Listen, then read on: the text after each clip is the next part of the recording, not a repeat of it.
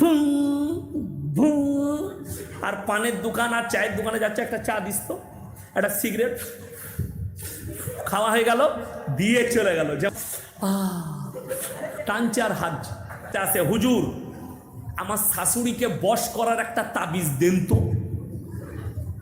হুজুরের তাবিজে যদি শাশুড়ি বস হতো তো আমি তো সব থেকে প্রথমে মোদিজিকে বস করতাম, দিয়ে একটা এমপি পদ নিতাম। কিন্তু কি বলবো, মানুষ যা বুঝে, কি বুঝলেন, আমি কারোর বিরোধী নয়, কিছুই নয়, কিন্তু খালি এতটুকু বুঝাতে চাইছি। আপনি পেপার খুলেন, আমি যদি মিথ্যা বলি, আনন্দবাজার পত্রিকা রবিবারের খুলেন, একদম ওপরের পৃষ্ঠায় কলকাতার ঠাকুরপুকুরের অমুক বাবা কারোর বউ পালিয়ে গেলে 72 ঘন্টায় ফিরিয়ে আনে, 24 ঘন্টার মধ্যে 48 ঘন্টার মধ্যে প্রেম প্রেমিকার কথা বলিয়ে দিবে, কেউ যদি পালিয়ে যায় তাকে ঘুরে এনে দিবে। আমি খালি চিন্তা করি যে ইসলামে খালি হারাম বলে তাই, নাহলে আমি ওই বাবারই বউটাকে নিয়ে পালাতাম, তারপরে যা হতো খালি কি করে ঘুরিয়ে নিয়ে আসি সেটা দেখতাম। শুনেলেন ইসলাম বিরোধী কথা, কোরআন বিরোধী কথা, যারা ভবিষ্যৎবাণী করছে মুসলমানরা ইমান ধ্বংস হচ্ছে, কোথায় শুনেলেন? अभी तो हिंदुस्तान में छोटा दज्जाल आया है, अभी बड़ा दज्जाल आना बाकी है। छोटा दज्जाल मालूम है कौन है? बागेश्वर धाम बाबा, ये छोटा दज्जाल है। कागज नहीं बोलचे, तुम्हारा बहन का नाम ये है, तुम्हारा बाप का नाम ये है, तुम्हारा घर यहाँ है, तुम्हारा ये प्रॉब्लम है। मैं तो कह रहा हूं, আপনারা কালকে দেখেছেন মালদা জেলায় কাঞ্চনজঙ্ঘা এক্সপ্রেসকে একটা বাচ্চা মুসলিমদের ছেলে হরিশ্চন্দ্রপুরে নিজের গেঞ্জি খুলে রেড সিগন্যাল দেখিয়ে অ্যাক্সিডেন্ট থেকে বাঁচিয়েছে, কয়েক হাজার মানুষের জীবন বেঁচেছে। সেই বাচ্চাটাকে আল্লাহ কামিয়াবি দান করুক, বলুন আমিন। শুনেছেন মিডিয়ায় চর্চা চলছে তার, रूबी का लियाकत कहां छुप गई तू, अंजना अम कसब कहां पर है, ये तो पली हुई कुत्ती है। चर्चा करो इस बच्चे का जिसने बचाया। और बाबा बागेश्वर धाम से पूछा गया, अरे बाबा जी आपको मालूम था बालेश्वर में ट्रेन एक्सीडेंट के बारे में? बोले हाँ मुझे मालूम था। तो सबसे बड़ा क्रिमिनल तो बाबा है, उसको अरेस्ट करो। अगर तुमको मालूम था तो जरा स्टेशन मास्टर को फोन घुमा देते, भैया जरा ट्रेन को ब्रेक कसने के लिए कहो ना, तो साला बड़ा एक्सीडेंट होने वाला है। बाबा आपने तो बड़ा क्रिमिनल, आपके ऊपर केस होनी चाहिए। आपको मालूम था कि एक्सीडेंट होने वाला था, लेकिन वो बाबा तो झूठा बाबा है। अरे ये तो छोटा दज्जाल है। मुसलमान जो लोग अपने ईमान को उसके पास जाके खत्म कर रहे हो, वो मुसलमान कान खुल के सुन लो, अभी बड़ा दज्जाल आना बाकी है। बड़ा दज्जाल जब आएंगे आसमान से बारिश बरसा के दिखाएंगे, मुर्दे को जिंदा करके दिखाएंगे, तो तुम्हारा ईमान फिर रोकना बड़ा मुश्किल हो जाएगा। और हमारे रसूल ने फरमाया, अल्लाह रसूल बोलेছেন, আমার পরে যদি কেউ এরকম আশ্চর্য জিনিস দেখায় তোমরা জেনে রেখে দিবে এটা জাদু ছাড়া আর কিছু নয়। আমাদের দেশে এক হারামখোরের আওলাদ তসলিমা নাসরিন কি বলেছে জানেন? আচ্ছা আপনারা বলুন, এখনো পর্যন্ত কোনো হুজুরের মুখ দিয়ে শুনেছেন ভারতের ইসরোর চন্দ্রযান 3 চাঁদে গেছে? আমরা কখনো বিরোধিতা করেছি? কথা বলেন। কোনো মৌলবী শুনেছেন কোনো হুজুরের? আপনি বার করে দেন যে কোনো হুজুর, যে কোনো তবকার, দেওবন্দি, আহলে হাদিস, বেরেলি, ফুরফুরা, আজানগাছি, যে কোনো বার করে দেখিয়ে দেন এই মৌলবী বিরোধিতা করেছে। কেউ বিরোধিতা করেনি। তো তসলিমা নাসরিন কি বলেছে জানেন? মুসলমানরা কোরআন নিয়ে পড়ে আছে আমাদেরকে টার্গেট করে, আর বিজ্ঞান চাঁদে পৌঁছে গেছে। তসলিমা নাসরিনের মতো বেজন্মাকে জিজ্ঞেস করব, হারামের আওলাদকে জিজ্ঞেস করব, তোমার ইসরোকে আর নাসাকে, নাসার বৈজ্ঞানিক দিকে জিজ্ঞেস করো, তোমরা কি পারবে আঙ্গুলের ইশারায় চাঁদকে দু টুকরো করতে?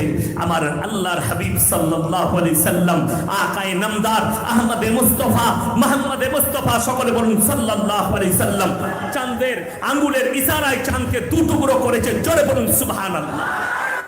পৃথিবীর কোনো শক্তির ক্ষমতা নেই। শুধু তাই নয়, যদি বলো এইটুকু, তো আরো একটু আগে চলুন। যারা বলছে ইসরো চাঁদে পৌঁছেছে, আমরা ভারতবর্ষরা গর্বিত, ভালো জিনিস, আলহামদুলিল্লাহ। কিন্তু যদি কোরআনকে চ্যালেঞ্জ করো, আল্লাহর কসম করে বলছি, পৃথিবীর শুধু বৈজ্ঞানিক নয়, সবাই যদি এক কাছে হয়, আল্লাহর একটা চ্যালেঞ্জকে গ্রহণ করার মতো ক্ষমতা পৃথিবীর কোনো শক্তির নেই। জোরে বলুন সুবহানাল্লাহ। সেটা কি? কোরআন শুনেলেন এরপরে তোমার পৃথিবীর যতগুলো বৈজ্ঞানিক আছে, নাসা থেকে ইসরো থেকে, সবাইকে এক কাছে করুন আর জিজ্ঞেস করুন। কোরআন বলছে, আমার আল্লাহ কোরআনে বললেন, হে নবী বলো, মারজাল বাহরাইনি ইয়ালতাকিয়ান বাইনাহুমা বারযাকুল লা ইয়াবগিয়ান। আমি দুটো সমুদ্রকে পাশাপাশি বহমান করেছি, একটার পানি নীল আর একটার পানি সাদা। বারজাক মানে হচ্ছে অন্তরাল, তাদের মধ্যেখানে আমি আল্লাহ এমন দেওয়াল দিয়েছি। চন্দ্রে শুনে নাও, তোমরা চোখের সাহায্যে খুঁজে পাবে না, দূরবীনের সাহায্যে খুঁজে পাবে না, কিয়ামতের সকাল পর্যন্ত তোমরা আমার দেওয়াল খুঁজতে পারবে না। ওরা দাঁড়িয়েছে আমার আল্লাহর হুকুম, আমি হুকুম দিয়েছি, তারা লরণ চরণ করতে পারবে না। জোরে বলুন সুবহানাল্লাহ। শুধু এটা নয়, আরো একটু আগে চলুন। এটা তো একটা বললাম, এরপরে শুনেলেন আমার আল্লাহ রাব্বুল আলামিন কোরআনে বললেন, হে আমার নবী বলে দাও, পৃথিবীর মানুষকে শোনাও। সূরা কাহাফ একবারই শেষ আয়াতের আগের আয়াত, শেষ আয়াতের আগের আয়াত কোরআনে আছে, হে নবী পৃথিবীর মানুষকে আমার শক্তিটা বলে দাও। পৃথিবীর যতগুলো নদী আর সমুদ্র আছে, কটা সমুদ্র আছে? কথা বলেন। 7টা সমুদ্র। পৃথিবীতে পানি হচ্ছে 3 ভাগ, স্থল হচ্ছে 1 ভাগ। কি বুঝলেন? আমাদের যেমন যারা বিজ্ঞানের স্টুডেন্ট আছে, ভূগোল পড়ে, তারা জানে বিজ্ঞান লিখেছে পৃথিবীর থেকে সূর্য 13.5 লক্ষ গুণ বড়। পড়েছেন না পড়েননি? কার বাপের মিটার দিয়ে মেপে এলো বলতে পারবেন? আন্দাজে আটকালে বলে দিয়েছে। পৃথিবীটা ঘুরছে, চন্দ্র সূর্য দাঁড়িয়ে আছে। পড়েছেন না পড়েননি ভূগোলে? মিথ্যা, কোরআন বিরোধী কথা, ইসলাম বিরোধী কথা, যতগুলো কথা বলেছে স্কুলে আমাদের ছেলেরা, আমরা যেগুলো পড়ি সবই মিথ্যা পড়ি। আপনারা দেখেন আমার বয়সী যারা আছে, আমার বয়স কত হবে? কত জানবে না কেন তুমি? আন্দাজ কত বলছে? হ্যাঁ হ্যাঁ, দেখেছে 45। তোমার বয়স কত? 45। হ্যাঁ, আমার হচ্ছে 35। ডিসেম্বর এলে 36-এ পা দেবো। এই মনে করছে বুড়ো মাল, আমি এখন 20-20-র মাল। বুড়ো নয় আমি, কি বুঝলেন? অত সহজ নয়। আমার যুগে যারা স্কুলে পড়েছে, আমরা 3-র ইতিহাসে পড়েছি আদিম যুগের ঘটনা। পড়েছেন তো? আদিম যুগের ঘটনা পড়েননি? 3-র ইতিহাসে লেখা আছে বাঁদর থেকে মানুষ তৈরি হয়েছে। আমি, আমার দাদু খুব রাগী ছিল, দাদাজি। তো মাঝে মাঝে দাদুকে রাগাতাম। আমার দাদাকে জিজ্ঞেস করলাম, হ্যাঁ গো দাদু, আচ্ছা তোমার বাপ দাদু কেউ বাঁদর ছিল কেন? বে আমার বইয়ে লেখা আছে বাঁদর থেকে মানুষ। তাহলে নিশ্চয়ই কেউ কি বাঁদর থাকতে হবে, তবে তো মানুষটা আসবে। বাঁদর থেকে মানুষ। তারপরে যখন কোরআন হাদিস পড়লাম, ব্যাখ্যা বিশ্লেষণ, তখন বুঝতে পারলাম ইতিহাসটা যিনি লিখেছেন এমনি লেখেননি, 14 কেজি গাঁজা খেয়ে লিখেছে। তা না হলে কোরআনে আছে, হে আমার নবী, আমি সব থেকে পৃথিবীর যতগুলো সৃষ্টি আছে উত্তম রূপে সৃষ্টি করেছি মানুষকে, ইনসানকে। জোরে বলুন সুবহানাল্লাহ। যেমন বাগেশ্বর ধাম বাবা বলছেন, তাকে একজন জিজ্ঞেস করছে, দুনিয়া কা সবসে পুরানা পহলা ধর্ম কোন সা है? बोले कोई नहीं, सनातन धर्म है। কি বলছে? सनातन धर्म। बाबा जरा हम लोग से बैठ जाओ, बाबा चैलेंज फेंका है, कोई भी मौलवी, कोई भी सन हमारे साथ बैठ जावे। बाबा जी जरा प्रशासन को ठीक कर लो, और हाउ हमारे दीदी जो है, हमारा ममता दीदी से जरा बात कर लो, और जरा कलकत्ता में पुलिस ठीक कर लो, एक हल बुक कर लो। सिर्फ पुलिस प्रशासन रहेंगे और तुम और हम रहेंगे, और तुम कर देना प्रूफ और मैं प्रूफ कर दूंगा। क्योंकि কেন? আল্লাহ কোরআনে বলেছেন, পৃথিবীতে আল্লাহ সব থেকে প্রথম মানব যাকে পাঠিয়েছেন, তিনার নাম কি? সকলে বলুন। হযরত আদম আলাইহিস সালাতু ওয়াস সালাম, তিনি প্রথম নবী ছিলেন। জোরে বলুন সুবহানাল্লাহ। আর আল্লাহ পৃথিবীর প্রথম মানব হযরত আদমকে নামিয়েছিলেন হিন্দুস্তানের মাটিতে। জোরে বলুন সুবহানাল্লাহ। हमारे देश के अंधभक्त कह रहे हैं ये हिंदुस्तान हमारा है। अबे भक्त, हिंदुस्तान हमारा है কি বুঝলেন। আর আমাদেরও দোষ আছে, আমাদের কিছু আছে কি বুঝলেন, লিস্টের আগে লিখে দিয়েছে পঞ্চম চতুর্বেদী বক্তা অটুর্বেদী বক্তা গাদা দিয়ে বলছে ভারতের মাটিতে আমরা প্রথমে হিন্দু ছিলাম, হিন্দু থেকে মুসলমান। তুই কি করে জানলি হিন্দু ছিল? আদম আলাইহিস সালাম প্রথমে এসে আদম আলাইহিস সালাম মুসলমান ছিল না হিন্দু ছিল? কথা বলেন। মুসলমান, জোরে বলুন সুবহানাল্লাহ।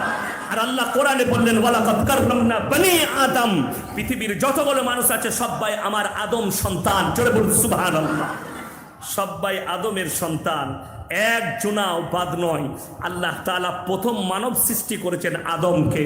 তারপর থেকে যদি এটার আরো ব্যাখ্যা নিতে চান সূরা নিসা খুলেলেন, ইয়া আইয়ুহান নাসু তাকু রাব্বাকুমুল্লাযী খালাকাকুম মিন নাফসিন ওয়াহিদাতিন ওয়া খালাকা মিনহা যাওজাহা ওয়া বাসসা মিনহুমা রিজালান কাসীরান ওয়া নিসা। হে আমার নবী, আমি একজন নারী এবং পুরুষ থেকে গোটা পৃথিবীতে অগন্তি নারী পুরুষের অভিভাব ঘটিয়েছি। জোরে বলুন সুবহানাল্লাহ। যদি এটাও না মনে হয় আপনি চলে যান সূরা দাহর, হাল আতা আলাল ইনসানি হিনুম মিনাদ দাহরি লাম ইয়াকুন শাইয়্যাম মাযকুরা ইন্না খালাকনাল ইনসানা মিন নুতফাতিন আমশাজ নাবতালিহি ফাজআলনাহু সামিয়াম বাসীরা।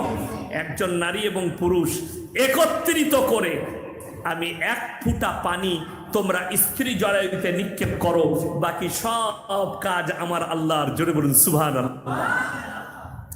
এতগুলো প্রুফ আল্লাহ কোরআনে দিয়েছে, তারপরও বলছে মুসলমান তুম চলে যাও। আরে ভাই তুম ভি রহো হাম ভি রহে, আসল বাত তো ইয়ে নেই হ্যাঁ। আমাকে একজন হিন্দুদের ছেলে প্রশ্ন করলে, নাস্তিক, সে হিন্দু ধর্ম মানে না, প্রশ্ন করে বললে আচ্ছা আপনারা এত আল্লাহ আল্লাহ করছেন আর আমাদের হিন্দু ধর্মে ভগবান ভগবান করছেন, আমি কিন্তু এগুলো একটাও বিশ্বাস করি না। মানে তুমি এলে কি করে?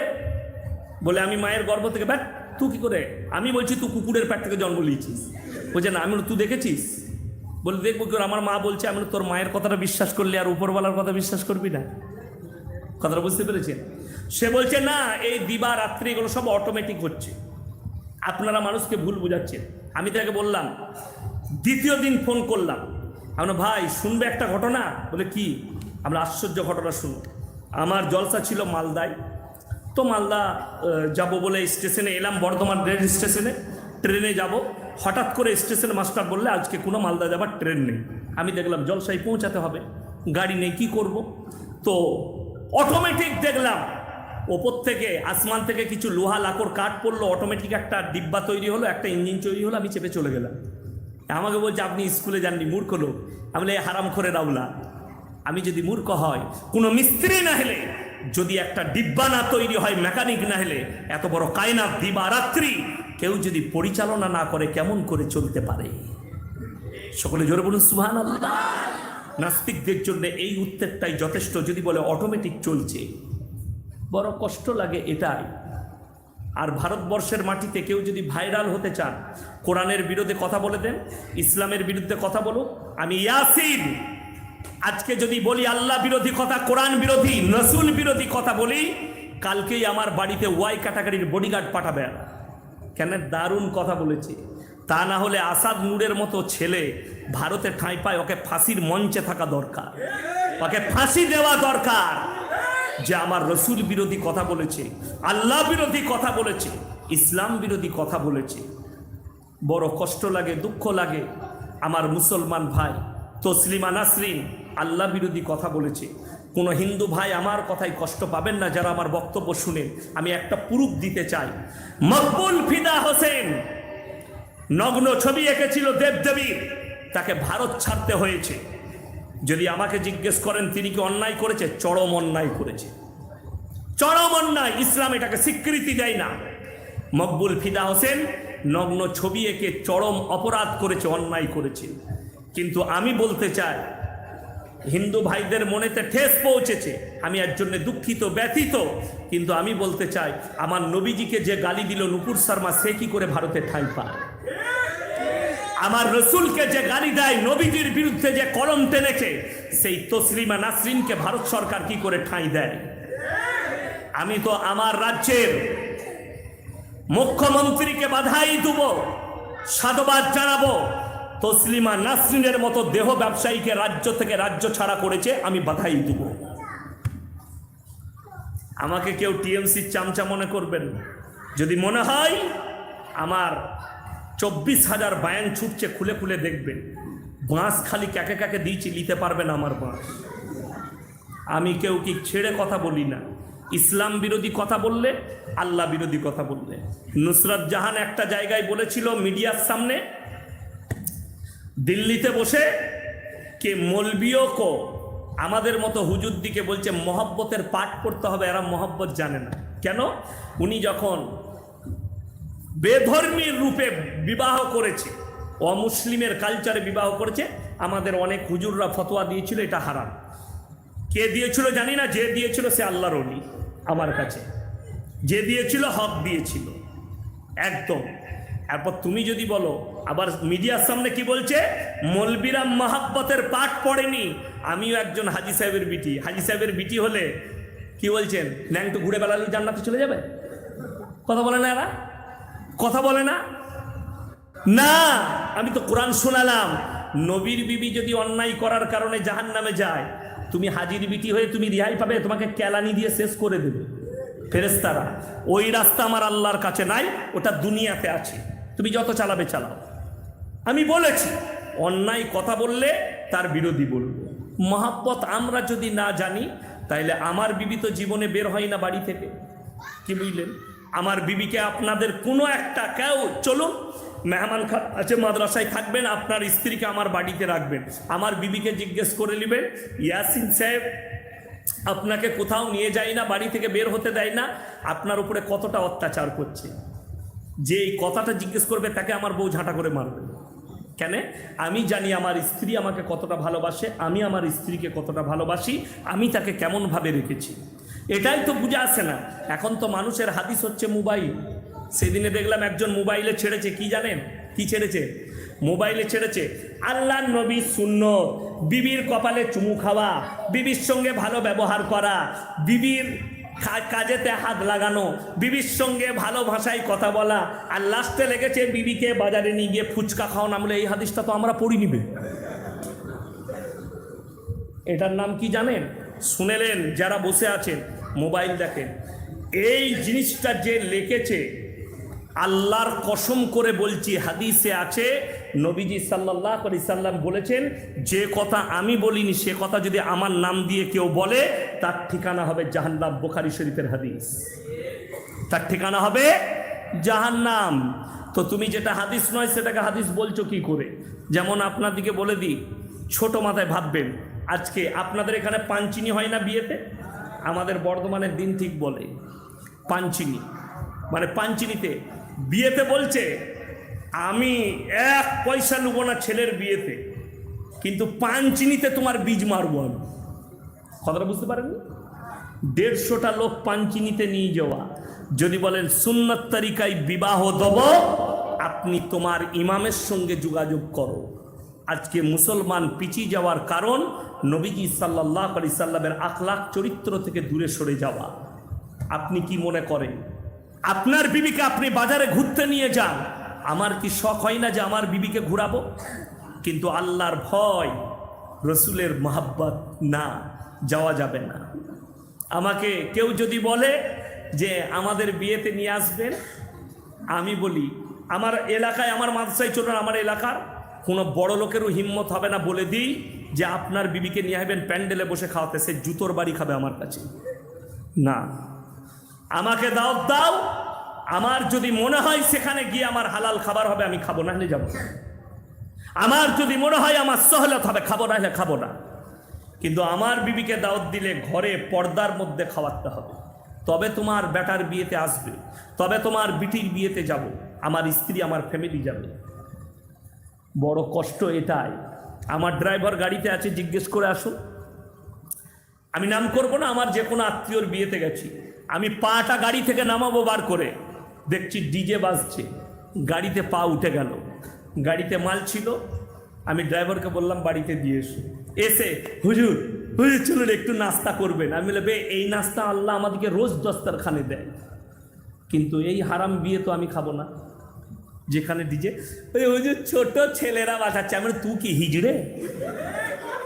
ছোট ছেলেরা বাজাচ্ছে, পয়সাটা কে দিবে? তুমি। কষ্ট অন্য জায়গায় নাই আমার মুসলমান ভাই। বেটার বিয়েতে 5,000 টাকা 10,000 টাকা দিয়ে ডিজে বাজাচ্ছেন, অথচ ইমাম সাহেবকে 500 টাকা দিতে গেলে এদের গায়ে বাজে। বললেই খারাপ মলবি, বললেই আমাকে বলবেন এ কিছুই জানে না। আমি কারোর বিরোধী নয়, আপনি আপনার বিবেককে জিজ্ঞেস করুন। একটা বিয়েতে ইজাব কবুল ছাড়া, সুন্নত ছাড়া, সাক্ষী ছাড়া বাকিগুলো বেশিরভাগ 80টা 100টার মধ্যে 80টা হারাম কাজ হয় বিয়েতে। যেমন একটা প্যান্ডেলে ছেলে মেয়েরা খায় না কথা বলেন। আপনাদের দেশে খায় না, আমাদের বর্ধমানে খায়, জানি না আপনাদের ব্যাপার। আমি হাওড়াতেও অনেক বিয়ে খেয়েছি, হুগলিতেও এক প্যান্ডেলে। আর আমার মা বোনেরা যে ড্রেস পরে আসে, শয়তানও লজ্জা পায় ওই ড্রেস দেখে। ওদের ড্রেস দেখে এত খারাপ, এত নোংরা ড্রেস পরে আসে। আল্লাহ মাফ করুক, আমাদের মতো মৌলবি তো ওই জায়গায় যাওয়াই যাবে না। কি বুঝলেন? যাওয়াই যাবে না, মুশকিল। এই কালকে আমি বর্ধমানে একটু আমার বাড়ির গ্যাসের চুলো নষ্ট হয়ে গেছে, তো আমি বিগ বাজারে বসলাম, চুলো ওপর থেকে আসছে, নিচেই বসলাম। জুসের দোকান একটা আছে বর্ধমানে স্মার্ট বাজারের পাশে।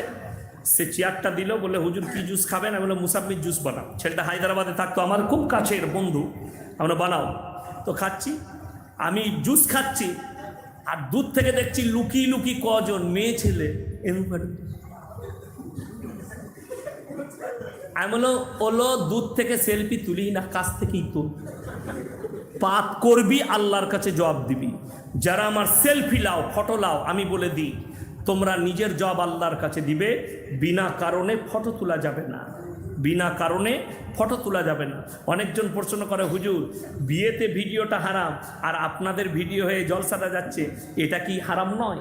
শুনেলেন, আপনাকে বলি, আমাদের আজকে শুনেলেন কতগুলো, প্রত্যেক দিন 100 থেকে 150টা হিন্দু ভাইয়ের ফোন আসে। কতজন ওয়েটিংয়ে আছে আমি ওটা বলবো না।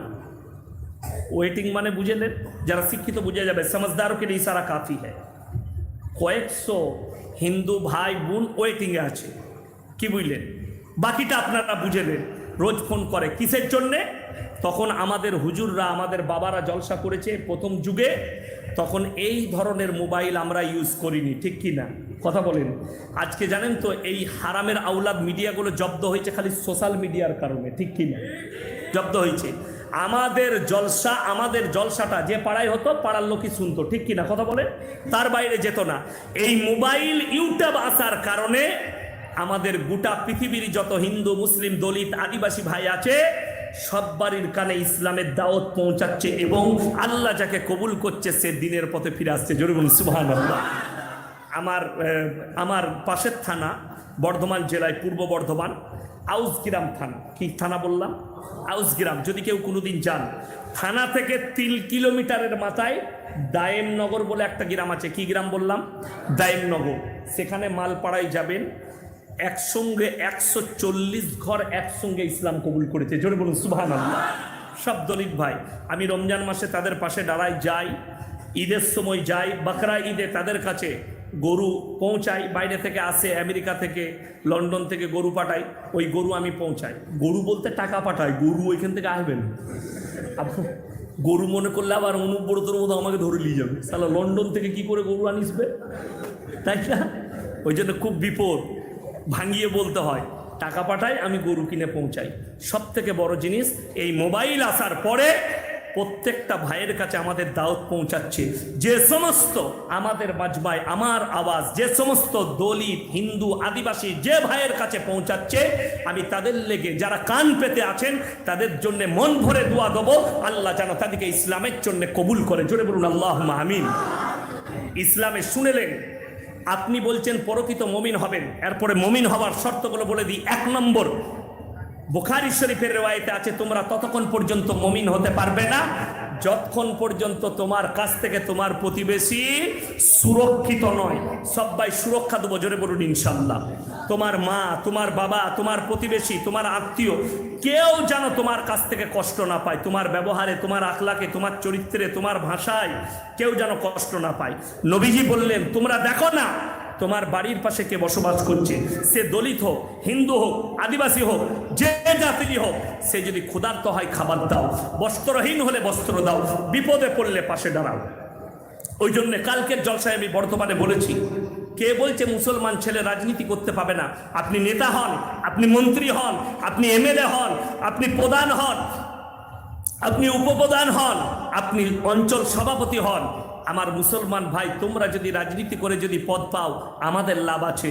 কিন্তু শোনো, পদ পাবে কিন্তু আল্লাহকে ভয় করে ইনসাফের ওপরে চলবে।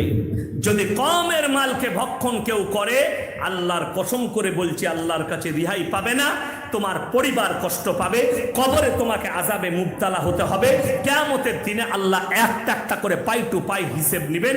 আল্লাহ রাজা বাদশাহ, নেতা মন্ত্রী, প্রধানমন্ত্রী, এমএলএ এমপি, কেউ আল্লাহর কাছে রিহাই পাবে না, আমার মতো মৌলবি থেকে শুরু করে।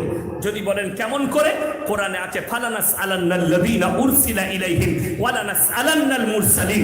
সূরা আরাফ প্রথম পৃষ্ঠা, যাদের বাড়িতে মানে কোরআন আছে রাত্রে গিয়ে খুলে দেখবেন। আগামী দিনে আমি 5 স্টার ক্লাবে এলে আমাকে ধরবেন। প্রথম পৃষ্ঠা সূরা আরাফ, ফালানাস আলান্নাল্লাযীনা উরসিলা ইলাইহিম ওয়ালানাস আলান্নাল মুরসালিন। হে আমার নবী, মানুষ তো দূরের কথা, আমি নবী পয়গম্বর রাসূলকেও দাঁড় করাবো, তাদেরকেও জিজ্ঞেস করা হবে তোমরা কেমন করে দাওয়াত দিয়েছো, আর তোমাদেরকেও জিজ্ঞেস করব তোমরা কবুল কেমন করে করেছো। আল্লাহ রাব্বুল আলামিন শুনলেন, নবীজি সাল্লাল্লাহু আলাইহি সাল্লাম হাদিস বর্ণনা করেছেন, আমার উম্মতেরা 3টে দলে বিভক্ত হবে। কটা বললাম? 73টা। কটা? এটা হাদিস 73। কটা বললাম? 73টা দল। আমাদিকে অনেকজন বলছে যে আচ্ছা এই কোন মৌলবীর কথা শুনবো? এই মৌলবী এই বলছে, ওই মৌলবী ওই বলছে, ওই মৌলবী ওই বলছে, এই দলের মৌলবীরা ওই বলছে, ওই দলের মৌলবীরা ওই বলছে, ওই দলের ওই মৌলবীরা ওই বলছে।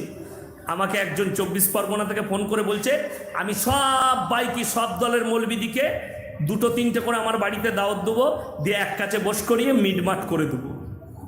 আমি বললাম গোটা পৃথিবীর মৌলবীকে যদি কাবা ঘরে ডেকে বুঝানো হয় এক হবে না, তাহলে নবীজির হাদিস মিথ্যা হয়ে যাবে। ওই জন্যে এটা কখনো মিটবে না কিয়ামত পর্যন্ত। 73টা দল হতে হবে, তবে এই জায়গার ঝামেলাটা মিটবে, মানে দুনিয়ার ঝামেলা মিটে গেল, কিয়ামত শুরু হবে, 73 দল হবে।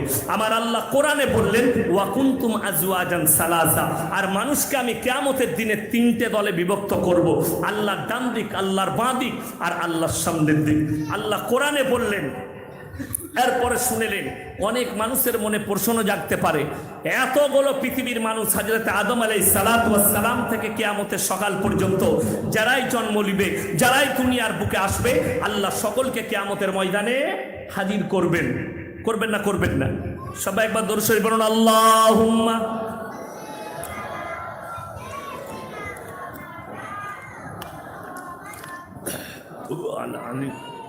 সৈয়দনা মাওলানা মুহাম্মদ। কিয়ামতের ময়দানে আল্লাহ সকলকে হাজির করবেন 3টে দলে, আল্লাহ ডান দিক, বাঁ দিক আর সামনের দিক। আমার ভাই, আল্লাহ কোরআনে বললেন আমার জন্য এতটা সহজ, কিয়ামতের দিনে আল্লাহ কোনো মানুষকে এইভাবে জিজ্ঞেস করবে না, এই তোমার হিসেবটা বলো, তুমি কি কি করেছো, এইভাবে নয়। কোরআন কি বলছে শুনেলেন? আমার আল্লাহ রাব্বুল আলামিন কিয়ামতের দিনে বলবেন প্রত্যেকটা মানুষের হাতে তাদের আমলনামা ধরিয়ে দেওয়া হবে।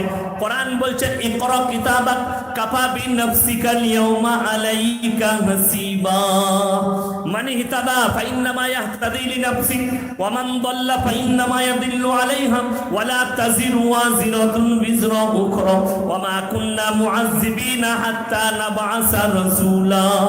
হে আমার বিশ্বনবী, পৃথিবীর মানুষকে বলো ইকরা কিতাবাক, আমি তাদের হাতে তাদের আমলনামা ধরিয়ে দেব। কাফা বিনাফসিকা আল-ইয়াওমা আলাইকা হাসিবা, তোমরা নিজের হিসাব তোমরা নিজেরাই নিজের মুখে দাও, তোমরা নিজেরা বর্ণনা করো আপনি কোথায় কোন পাপটা করেছেন, কোথায় নেকির কাজ করেছেন। যাদের ডান হাতে আমলনামা তারা হচ্ছে ভাগ্যবান, তারা জান্নাতে প্রবেশ করবে, খালি তাদের ভালো আমলগুলো লেখা থাকবে। জোরে বলুন সুবহানাল্লাহ। আপনি মুমিন হন, আল্লাহ মুমিন হলে আপনার নেকির বদলে বুরাইগুলো শেষ করে দিবেন। আজকেই আমাকে একজন ফোন করেছে, গাড়িতে আসছিলাম, যে হুজুর মুর্শিদাবাদ থেকে, যে একজন মা একজন বোন তিনি ইসলাম কবুল করেছেন আপনার অনেক জলসা শুনে। তো তিনি জিজ্ঞেস করছেন যে আল্লাহ তাআলা এই যে ৪৫ বছর বয়সে ইসলাম কবুল করলো, তার বিগত জীবনের যতগুলো শিরকের পাপ আছে, আল্লাহ বিরোধী কাজ আছে, যতগুলো পাপ করেছে, সেগুলোর কি হবে? আপনাদেরকে শুধু এই অমুসলিম গুণটা নয়, আপনারা যারা আছেন, যারা আজকে নিয়ত করছেন যে আমি কাল থেকে নামাজ পড়বো, সবাই নিয়ত করেন আর ফজর থেকে নামাজ কাজা করবো না, হাত তুলে বলুন ইনশাল্লাহ। হ্যাঁ, আপনার যুবক দিকেও বলে যাচ্ছি, আমার মা দিকেও বলে যাচ্ছি, জীবনে নামাজ কাজা করো না, দিনদার হও, পরেজগার হয়ে যাও, মুত্তাকি হও। আমার মুসলমান ভাই, আল্লাহ কোরআনে সূরা ফুরকান 19 পারায় আল্লাহ তাআলা বললেন, হে আমার নবী বলো কি, ইল্লা মান তাবা ওয়া আমানা ওয়া আমিলা আমালান সলিহা ফাউলাইকা ইউবাদদিলুল্লাহু সাইয়্যাতিহিম হাসানাত ওয়া কানাল্লাহু গফুরার রহিমা। যারা তওবা করার মতো তওবা করবে, যারা ইস্তেগফারের মতো ইস্তেগফার করবে, যারা আমাকে বিশ্বাসের মতো বিশ্বাস করবে, আমি আল্লাহ রাব্বুল আলামিন তাদের পাহাড়ের মতো গুনাহগুলো নেকি দ্বারা বদলে দেব। জোরে বলুন সুবহানাল্লাহ। আপনি পাহাড়ের মতো গুনাহ করেছেন, কিন্তু আল্লাহকে, আল্লাহর ঘরে প্রবেশ করে ঈমান এনে বললেন, ওগো আল্লাহ, আমি আর জীবনে পাপ করব না, যা করেছি এখানেই আমার স্টপ, আমি আজ থেকে তোমার রাস্তায় চলে এলাম। আল্লাহর কসম, আমার আল্লাহ ওয়াদা করেছেন, আমি তোমার ওই পাহাড়ের মতো, সমুদ্রের ফেনার মতো, পানির ফেনার মতো যদি পাপ করো, আমি পরিবর্তন করে অতটাই নেকি দান করে দেবো। জোরে বলুন সুবহানাল্লাহ। আর আল্লাহ ওয়াদা করলে আল্লাহ কোনোদিন ওয়াদা খিলাফকারী নয়। আমরা ওয়াদা খিলাফকারী, আল্লাহ ওয়াদা খিলাফকারী নয়। চলুন আমার মুসলমান ভাই, আল্লাহ তাআলা বলবেন তোমরা পড়ো, আপনি সেকেন্ড, জায়গা, স্থান সব লেখা থাকবে আপনার আমলনামায়। আল্লাহ সামনের দিকে শুনেলেন। এরপরে আমাদের এখনকার ছেলেরা আল্লাহ নবীর হাদিস কি বুঝলেন? হাদিসটা সহি হাদিস।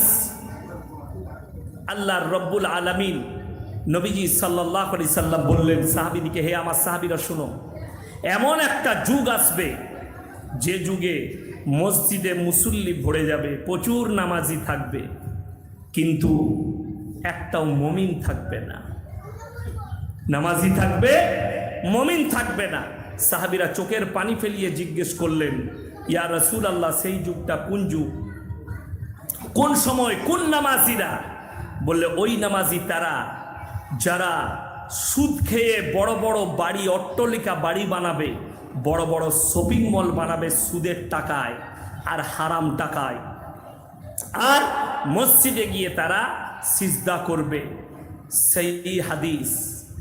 আমার মুসলমান ভাই, নিজেদিকে পরিবর্তন করুন, হারাম থেকে বাঁচিয়ে হালাল পথে নিয়ে আসুন।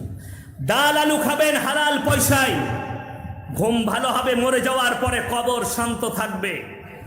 আর আপনি যদি বলেন আমি সুদ খেয়ে বড়লোক হব, দুনিয়াতে মুরগি, মুসাল্লাম, মাছ, পোলাও তো খাবেন, কবরে আগুন জ্বলবে আপনার আযাবে।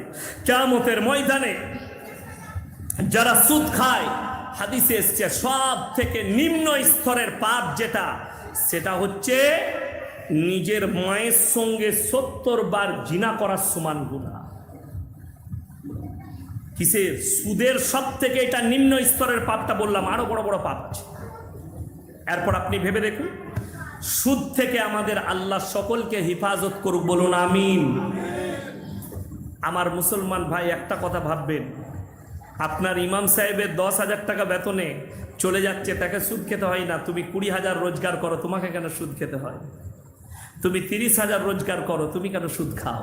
যদি বলেন হুজুর কি করব, আমার আল্লাহ কোরআনে কি বলছে শুনেলেন, ওয়াহাল্লাল্লাহুল বাইয়া ওয়া হাররামার রিবা, আমি তোমাদের জন্য ব্যবসাকে হালাল করেছি, সুদকে হারাম করেছি। আপনি সকালবেলায় উঠে ডানকুনি বাজারে গিয়ে সবজি বিক্রি করুন, 5 টাকার আলু কিনে নিয়ে এসে 7 টাকায় বিক্রি করুন, 2 টাকা কেজিতে লাভ করুন, হালাল পয়সা। মাথার ঘামটা একটু 12টা পর্যন্ত ফেলালেন, 300 টাকা রোজগার করলেন। আমি ইয়াসিন বলছি, একদম হালাল। নবীজি সাল্লাল্লাহু আলাইহি সাল্লাম ব্যবসা করেছেন, সাহাবীরা ব্যবসা করেছেন, আমিরুল মুমিনিন হযরতে উমরে ফারুক রাদিয়াল্লাহু তাআলা আনহু ব্যবসা করেছেন। ব্যবসা করাটা নবীজির একটা সুন্নত পালন, নিয়ত করতে হবে যে আমি নবীজির সুন্নত পালন করে করছি, হালাল ব্যবসা করব। আল্লাহর কসম, আপনার ওই ব্যবসাটাই যদি হালাল পন্থায় হয়, ওই ব্যবসার বদৌলতে আপনি জান্নাত যাবেন এবং হালাল পাবেন। জোরে বলুন সুবহানাল্লাহ। হালাল খানা পাবেন। আপনি ব্যবসা করুন। ওয়াহাল্লাল্লাহুল বাইয়া ওয়া হাররামার রিবা। আর সুদকে আমি হারাম করেছি। সুদ কখনো হালাল হতে পারে না। পৃথিবীর কোনো মৌলবি, কোনো মুফতি কিয়ামতের সকাল পর্যন্ত হালাল বলতে পারে না। যারা বলেন আমার বাচ্চারা জান্নাতে কি করে যাবে, তারা তো কোরআন হাদিস ভালো জানতো না, আমাদের মতো নামাজি ছিল না, আমাদের মতো মুসল্লি ছিল না। তারা এই হাদিসটা ভালো করে মনে রাখবেন। নামাজি তো মসজিদে ভরে যাবে, নামাজ তো ঠিক মতো পড়বে, সুদ খাবে আর বড় বড় বাড়ি বানাবে, হারাম খাবে আর বড় বড় অট্টালিকা মার্কেট বানাবে আর শপিং মল করবে, আর নিজেদিকে মমিন বলে লোকের কাছে দাবা করবে, কিন্তু তারা আসলেই মমিন নয়। তারা মাথা ঠুকনেওয়ালা, তারা আল্লাহকে দেখাওয়া, লোককে দেখানোর জন্যে মাথা ঠুকছে, মানুষকে বোকা বানানোর জন্যে। আমার মুসলমান ভাই, কোরআন কি বলছে? সাবিকুন সাবিকুন উলাইকাল মুকাররাবুন ফি জান্নাতিন নাঈম সুল্লাতুম মিনাল আউয়ালিন ওয়া কালিলুম মিনাল আখিরিন। হে আমার বিশ্বনবী, পৃথিবীর মানুষকে বলো, তোমাদের মধ্যে থেকে অল্প সংখ্যক, তোমাদের পূর্ববর্তীদের মধ্যে থেকে বেশি সংখ্যক লোক জান্নাতে প্রবেশ করবে। যদি বলেন হুজুর দলিল দেন, আমরা তো নামাজ পড়ি। তুমি নামাজ পড়ো, তুমি তাহাজ্জুদের নামাজ পড়ো, তুমি রোজা রাখো, কিন্তু মা বাবাকে ভাত দাও না। তুমি নামাজ পড়ো, লোকের গীবত করো, তুমি নামাজ পড়ো, সুদ খাও, তুমি নামাজ পড়ো, হারাম খাও, তুমি নামাজ পড়ো, চুরি করো, নামাজ পড়ো, মিথ্যা কথা বলো। তোমার বাবারা মিথ্যা কথা বলতো না। আমার ভাইয়েরা শুনেলেন, এমন একটা যুগ ছিল, আমাদের যারা বাচ্চাটা আছে তারা জানেন, মানুষ তখন আমাদের দাদুদিকে দেখেছি, তারা মিথ্যা কথা বলতে ভয় খেত, পাপ হবে বলে, গুনাহ হবে বলে। এখন লোক সত্য কথা বলতে ভয় খাচ্ছে, কেউ কলারটা ধরবে বলে। ঠিক কিনা কথা বলে? হ্যাঁ, আমি যদি সত্য বলে দিই আমার মার হবে, আমাকে কলারটা ধরবে। কি প্রয়োজন, কি দরকার? আমাকে একজন বলছে, হুজুর আমাদের এইখানে না বেশিরভাগ লোক না সুদ কর আছে গ্রামে, সুদ নিয়ে বলবেন। আমি বললাম, তাহলে এক কাজ কর, বুগি বুগি ড্যান্স কর, তাহলে কিছুই লাগবে না, ওরাও ড্যান্স করবে, তোরাও করবি। কিন্তু আমাকে যখন ডেকেছ, মানা যখন এটা করেছো, আমি যেটা মানা করবে সেটাই বলবো, আমি ছাড়বো না। সুদ নিয়ে বললাম, সুদখোররা ময়দান থেকে উঠে পালিয়ে গেল, তা আমার কি বয়ে গেল? শুনেলেন, ভরা গোয়ালের থেকে শূন্য গোয়াল অনেক ভালো। একটা গাই থাকবে, ভালো গাই যেন থাকে। দুনাই পা ভরলে তাকে সরিয়ে দাও, বেচে দাও। ঠিক কিনা করেন? ঘোষরা কি করে? যে গাইটা দুনাই পা ভরে তাকে বিক্রি করে দেয়, যে লাত মারে তাকে বিক্রি করে দেয়, একে যে কসাইখানায় দিয়ে দিবে। লাত মারছে, দুধ দিচ্ছে না, যে দুধ দেয় সেই গাইটাকেই রাখে। আমার মুসলমান ভাই, যদি তোমার গায়ে লাগে, পাপী হও, তুমি উঠে চলে গেলে ইসলামের কিছু যায় আসে না। আমার নবীজি বললেন, হে আমার সাহাবীরা, সত্য কথা বলে মানুষকে কাঁদিয়ে দাও, মিথ্যা কথা বলে হাসিও না। তোমার কষ্ট হবে 2 মিনিটের জন্যে, তুমি ওই পাপে লিপ্ত, 2 মিনিট কষ্ট হবে, কিন্তু পরকালে তুমি যখন ভাববে আমার জন্য দোয়া করবে। আমাকে সপ্তাহখানেক আগে একটা ছেলে হঠাৎ ফোন করেছে, ঠিকানা বলেনি। হুজুর, আমি না বুঝে, আপনার সব বক্তব্য না শুনে আপনাকে প্রচুর গালিগালাজ করেছি, এমনকি ফোনেতেও আপনার মনে নেই আপনাকে গালি দিয়েছি, মা বোন তুলে। আমি ক্ষমা চাইছি। আমি বললাম, তুমি যেদিনে গালি দিয়েছো আমি সেদিনই ক্ষমা করে দিয়েছি। আমার মনে এতটুকু দুঃখ নেই, আমার খালি দুঃখ, আমি দোয়া করি তোমাদের লেগে আল্লাহ তোমাদেরকে হিদায়েত দান করুন। আমি বললাম, তুমি তো একটা সাধারণ ছেলে, একটা আপনার মুর্শিদাবাদেরই মনে হয়, হবে না, মালদার রফিকুল ইসলাম চিস্তি নাম, আমাকে মা বোন তুলে ফোনে অকাট্য ভাষায় গাল দিয়েছে। আমি বললাম, এরকম মৌলবি যদি গাল দেয় তা তোমার কি দোষ হতে পারে? তিনার জন্যও দোয়া করেছে, আল্লাহ তিনাকে হিদায়েত দেখ, ভালো বোঝ দান করুক। হয়তো বোঝার মধ্যে ভুল হয়েছে। যেমন আপনাকে বলি, আমার আগে হুজুর বয়ান করছিল না, করছিল তো? আপনাদের মধ্যে অনেক মানুষের মনে মনে হবে আমি ভুল ভাঙাচ্ছি আপনাদের। আপনারা কিয়াম করলেন, হুজুর কিয়াম করলো, ইয়াসিন সাহেব বসে রইল, তার মানে এই কাফের। এটা যাদের মনে মনে হচ্ছে তাদেরকে বলি, কাল সকালবেলায় ফুরফুরাই যাবেন, যে হুজুরের কাছে যাবেন, দিয়ে বলবেন দাদা হুজুর পীর কেবলা রহমতুল্লাহ আলাইয়ের ওসিয়ত নামাটা বার করুন, সেখানে লেখা আছে মুস্তাহানান, করলে ভালো, না করলে কোনো দোষের নাই। যদি মনে করেন এটা করেনি বলে বেয়াদবি, আমি আপনাকে, যদি কেউ মনে করেন তাহলে আমাকে ফোন করবেন, তার উত্তর আমার কাছে আছে। শুনেলেন? সবাই একবার মন থেকে বলুন সাল্লাল্লাহু, আবার বলুন সাল্লাল্লাহু। এটা কি কথা বলেন? এটা কি দরুদ? দরুদের মানে কি? আল্লাহ তুমি রসুলের ওপরে রহমত বর্ষিত করো, এটা হচ্ছে দরুদ।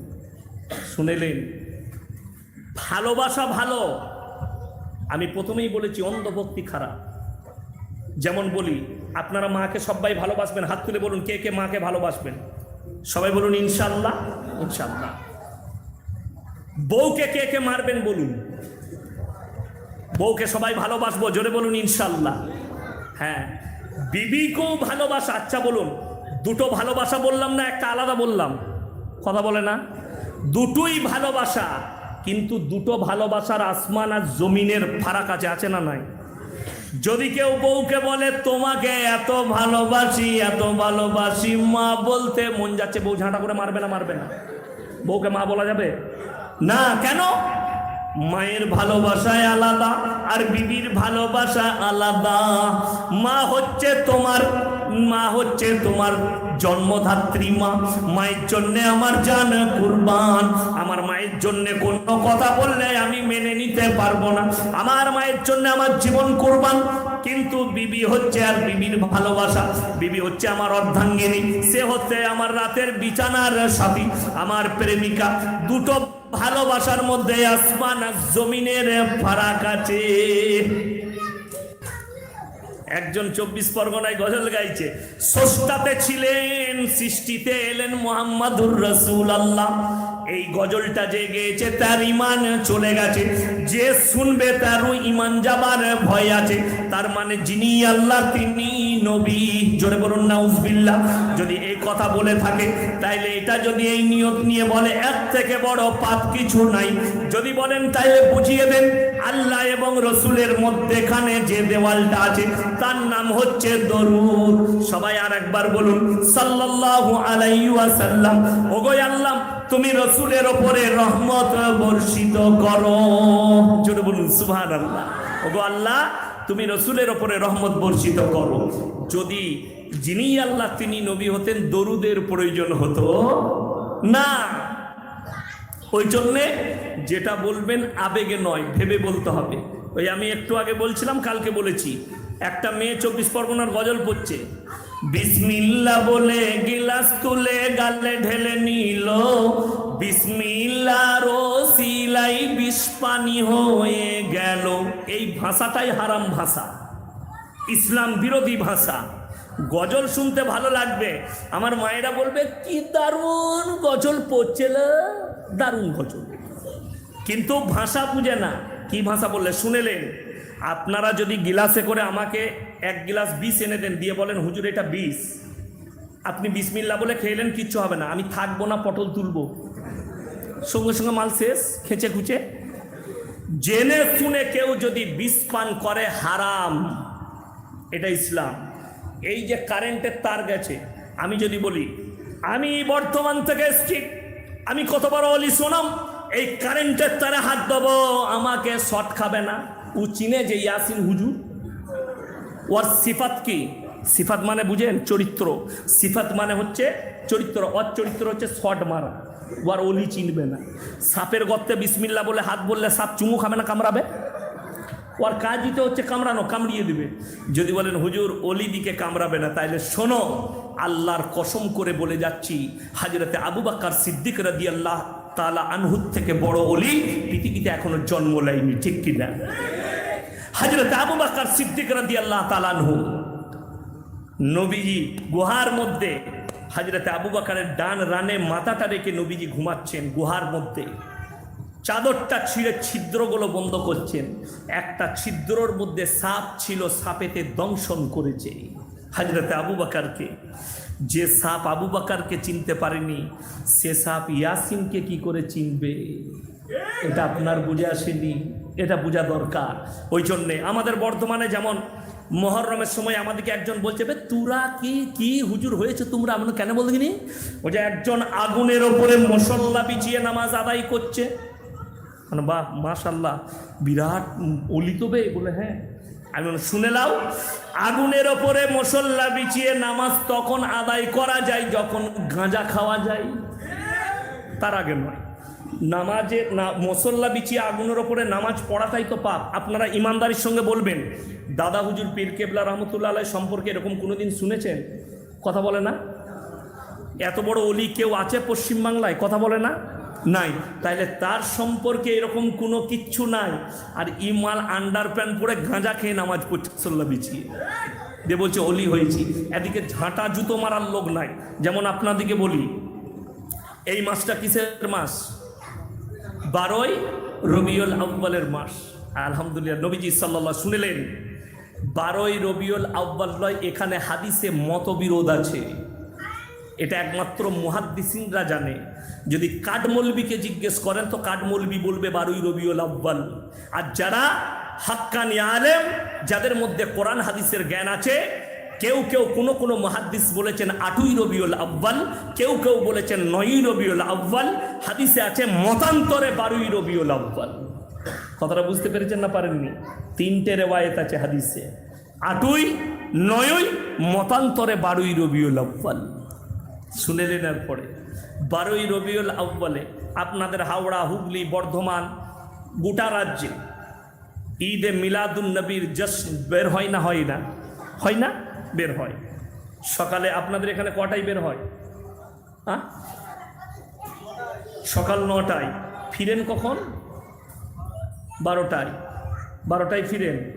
আর যারা 12টায় বেরোয়,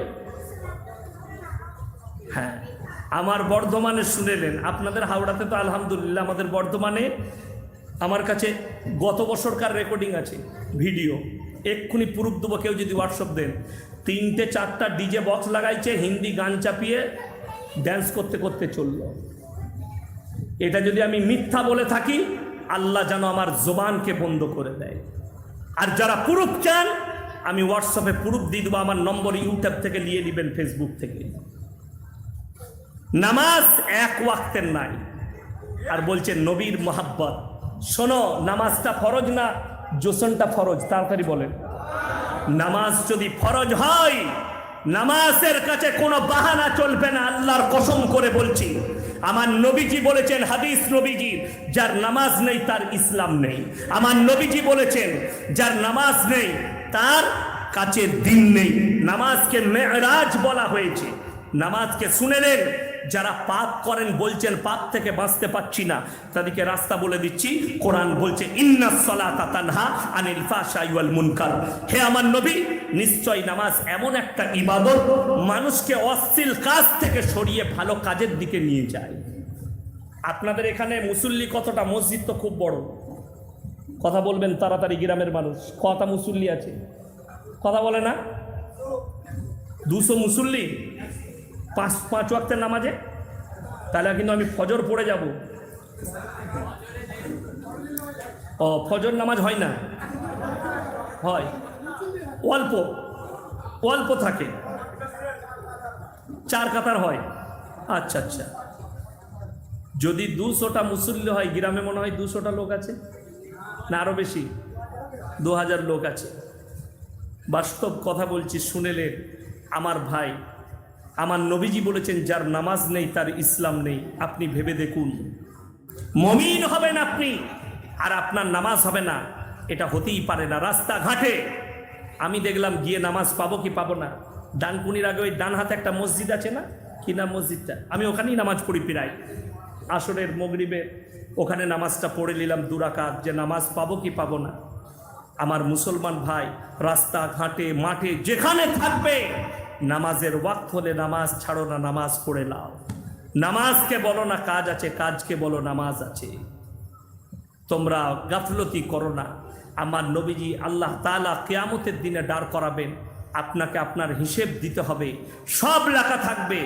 আপনি আমার কাছে ওজর দিবেন, ইমামের কাছে ওজর দিবেন, ভাই আমি কাজে ছিলাম, ভাই আমার এমার্জেন্সি কাজ পড়ে গিয়েছিল।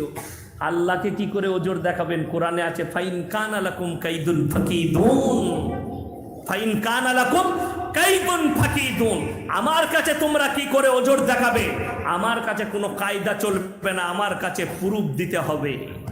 আল্লাহ প্রুফ নিয়ে রেখেছেন আপনার কাছে দুজন ফেরেশতা কিরামান কাতিবিন ইয়ালামুনা মা তাফআলুন, তোমাদের ভালো মন্দকে লিপিবদ্ধ করে রেখেছে। তাই আমার মুসলমান ভাই, প্রত্যেকটা ভাইকে বলবো যে সবাই নিয়ত করলেন আজ থেকে কেউ নামাজ ছাড়বো না। আমার বায়ানে আছে, আমার বায়ান না শুনে অনেকজন অনেক মন্তব্য করে। আমার বায়ানে আছে শবে বরাতের রোজা। শবে বরাতের রোজাটা ফরজ না নফল না ওয়াজিব নাকি? তাড়াতাড়ি বলে। হ্যাঁ, নফল। নফল রোজা সারা রমজান মাস রোজা রাখেন, আমি বর্ধমানে দেখিয়ে দেবো চলুন। কিন্তু শবে বরাতের রাত্রেবেলায় সাদা পাঞ্জাবি, সাদা একদিনও নামাজ পড়ে না 5 ওয়াক্তের। আপনাকে শবে বরাতে হাওড়া হুগলিতে দেখিয়ে দেবো সারা রাত জেগে আছে পাঞ্জাবি পরে। আপনি বলুন কোরআনে আছে 365 দিন শবে বরাত হচ্ছে কার জন্যে? যারা 5 ওয়াক্তের নামাজি, 365 দিন 5 ওয়াক্তের নামাজ পড়ে তার জন্যে শবে বরাত ফরজ আছে। শুনেলেন? আপনাকে একটা কথা বলি, স্কুলে যারা রাগ করছেন তারা শুনেলেন উদাহরণটা। আপনার এখানে স্কুল আছে না নাই? আপনাদের ছেলেরা পড়ে, কোনো পরীক্ষা দেয়নি, খালি রেজাল্টের দিনে গিয়ে স্যারকে বলছে স্যার আমি কত নম্বর পাবো, বলে ইংরেজি বলে আমার মুখ দিয়ে ধুঁয়ো বেরোচ্ছিল, বাংলা আমার বোনের বিয়ে ছিল, অঙ্ক বলে আমার তো মনে ছিল না, স্যার একটাও পরীক্ষা দিনে কত, তাকে নম্বর দেবে না ঝাঁটা করে মারবে? তো আপনাকে যদি কবরে জিজ্ঞেস করে ফজরের নামাজে কোথায় ছিলেন, দেখলে একটাও ফরজ নামাজ নাই, বলে তাহলে কি করেছে? বলে ওরে আল্লাহর ফেরেশতা শোনো, আমি খালি আল্লাহ গো প্রতি শবে বরাতে সারা রাত চালিয়েছি, বলে ওটা তো ফাঁকা মাল। ফরজ থাকলে শুনেলেন, মৌখিক পরীক্ষা হয় না, হয় না স্কুলে মৌখিক হয়? মৌখিক পরীক্ষাটা এই জন্য হয়, লিখিত পরীক্ষায় কম নম্বর পেলে মৌখিক দিয়ে পূরণ করে ছেলে পাশ করে যায়, ঠিক কি না? হ্যাঁ, তো আপনার নফলটা তখন কাজে লাগবে যখন ফরজ ইবাদত থাকবে। একদিনও নামাজ নাই শবে বরাতের রাতে সারা রাত, আর ফজরের পরে বলছে হুজুর তো ঘুমাচ্ছিল বে, ইমামের লেগে বলছে আমি সারা রাত চালিয়েছি।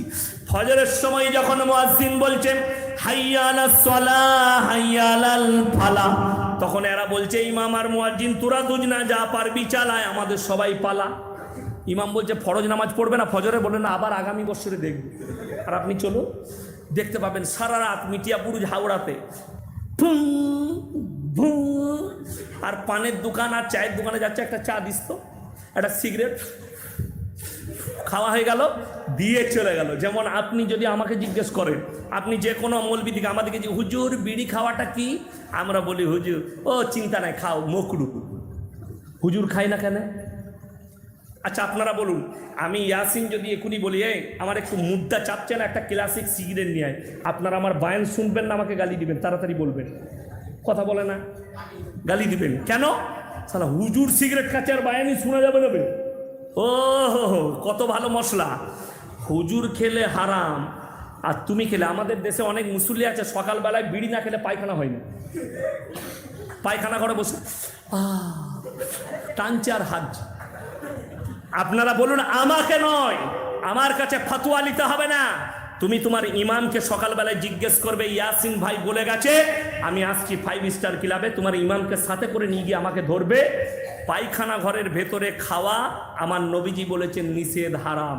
পায়খানা ঘরের ভেতরে কথা বলা, পায়খানা ঘরের ভেতরে খাওয়া, আর তুমি বিড়ি না খেলে তোমার হাগা হচ্ছে না, তুমি হারাম কাজ করছো না, হালাল বুঝে নাও। নবীজির সুন্নত যদি, আপনারা কি মনে করছেন? আল্লাহর কসম করে বলছি পায়খানাটারও সুন্নত আমার নবীজি বলে দিয়েছে, জোরে বলুন না সুবহানাল্লাহ। আপনি দোয়া পড়ে ঢুকবেন, দোয়া পড়ে ঢুকবেন, চুপচাপ থাকবেন। পায়খানার ঘরের ভেতরে সেখানে খবিস থাকে, কিভাবে ঢুকবেন? পায়খানায় ঢুকলে বাঁ পা দিয়ে ঢুকতে হয়, বেরুবার সময় ডান পা দিয়ে বেরুবেন, দোয়া পড়ে বের হবেন। মসজিদে ঢুকলে ডান পা দিয়ে ঢুকবেন, বেরুবেন বাঁ পা দিয়ে। বক্তা আনতে গেছে না যায়নি? হ্যাঁ কি হলো, এখনো এলো না? 2টো বাজছে, তাড়াতাড়ি নিয়ে আস।